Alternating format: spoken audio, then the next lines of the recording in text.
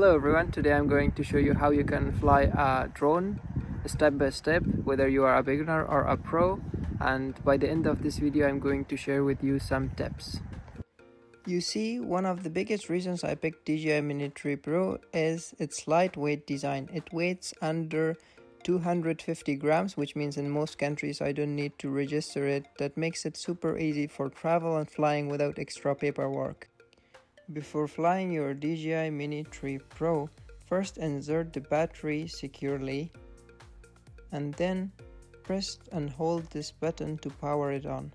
These are your controller sticks. The left stick controls altitude and rotation, while the right stick controls movement forward and backward and sideways. Now on the top of that we have two shoulder buttons. The left one take picture, the right one records, and here we can zoom and here we can control the gimbal so the camera go up and down.